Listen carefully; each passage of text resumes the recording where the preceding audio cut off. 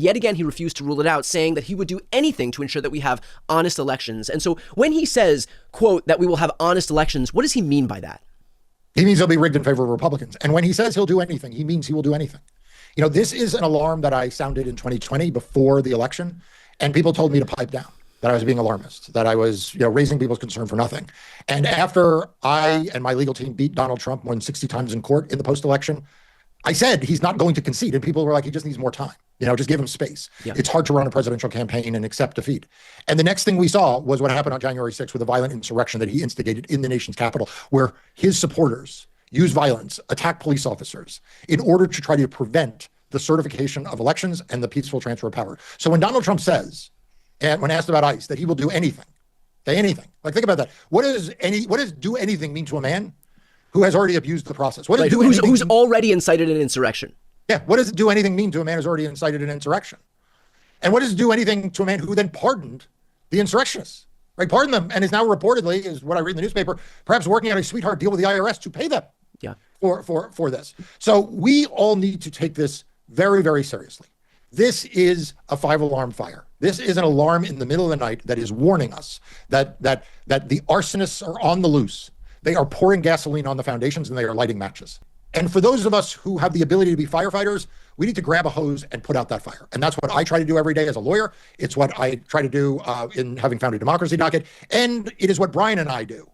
And with every one of these videos that we do. We have chosen this series, this Democracy Watch series, intentionally to keep you informed about the fires being lit by Donald Trump and the Republicans, about the fact that he will do anything to try to undermine free and fair elections. And I was not silenced in 2020, despite the fact that people said I was being an alarmist. I was not silenced in 2024 and 2023 when everybody said, oh, we've got norms, Merrick Garland has restored everything to normal, and we don't need Mark Elias out there, saying that Donald Trump is going to come back and attack free and fair elections. And Brian, you and I did some of the earliest content, some of the earliest videos after Donald Trump won in 2024, warning people and prepared for what we were going to see in 2025. And I'm saying now the same about the election for 2026. Right. And by the way, I would just add, in terms of the large institutions not protecting us, that's in large part why you decided to start Democracy Docket. It's what I use on a daily basis to get all of my news coverage, especially as it relates to attacks on democracy and voting rights. And so I would just ask everybody who's watching right now who's not yet subscribed to Democracy Docket, I'm going to put a link right here and in the post description of this video.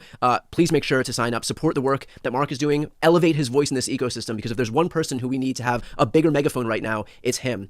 Mark, to that end, from the perspective of an attorney who has been litigating more cases, I think, than anybody else in this space, my concern is that when Trump says he'll do anything to make sure that we have quote unquote honest elections, which of course is just his way of saying elections where Republicans win and Democrats lose, my concern is that, okay, we know what's coming, but we have to wait until after he engages in this nefarious behavior before we can litigate against him for it. But by then it's too late. Like, if he sends National Guard to the polls on election day, and it has the intended impact on election day, well, then we can litigate after the fact, and that's all well and good, but it will have already done its job on election day. And so is there anything that could be done, hearing him make these warnings now, where litigation could ensue beforehand, so that we're not just waiting for him to undermine elections before we can actually do something about it?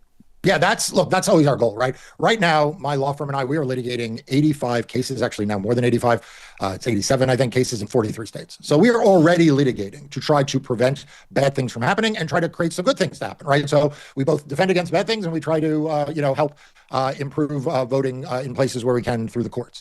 And so that is a critical part of the fight, is anticipating what the challenges will be and taking action. But part of that, Brian, is having people accept the reality of where we are. And I want to again go back. Part of what has been frustrating to me has been in the past how at times Democrats don't want to accept that things are as dire as they are. They want to assume that the institutions are strong. They want to assume that the guardrails will hold. And you and I have been doing this long enough to know that the guardrails are not holding. Yeah. The institutions are not that strong. And some of them are in complete collapse because they've capitulated. So yes, we can litigate in advance, and we do. And, believe me, there is no one who's going to be more aggressive in that fight than I am. Yeah. But we need everybody watching this video. We need all of you to share it with your friends and your families and your coworkers and your social media feeds. Because if people don't know that this is happening, it is too easy to take a step back and say, you know what, it'll probably all be okay. So go ahead and share this video, subscribe to this channel, also subscribe to Democracy Docket. But the fight for democracy is in part being done in court, but it is also in part being done in the court of public opinion, and we all play a role in that. I want to take this opportunity, as you're talking about the ways in which the federal government is kind of trying to insert itself in states across the country, and you're litigating against the federal government in a raft of in most of these states across the country. There is some new news on 17 states that the RNC is targeting. Can you speak on that? Yeah, and I'm really glad you raised this, Brian, because, this is now a multi-front war. Like, in the past, yeah, I would be up against the RNC, and the RNC would try to suppress the vote. We would fight them in court and would usually win. And, then we got the right-wing outside groups, the dark money organizations, and then they were in court and we'd fight them and we'd probably win. And now we have the Department of Justice, right? So like the Department of Justice is now litigating, and we're litigating 30 cases against the Department of Justice right now. So when you then add into that equation, Donald Trump saying, I will do anything.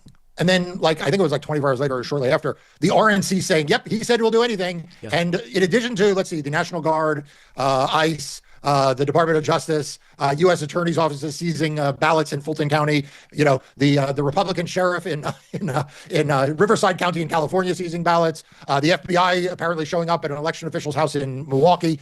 On top of that, we can't forget we still have the RNC, right? The RNC is now deploying in 17 states. So this has now become a very dynamic battlefield for free and fair elections, where it's not just coming from one place or another. It's Donald Trump both controlling the formal power of government, the formal political party and structure on his part, and then kind of like this network of organizations and individuals and election deniers and vote suppressors that operate that move in and out of all those spheres. And so it's a big problem. It's a big thing to tackle. And so, like I said, I'm tackling it in court and will continue to do that. I'm trying to tackle it in the court of public opinion by speaking out. And this series on your channel is a big part of that.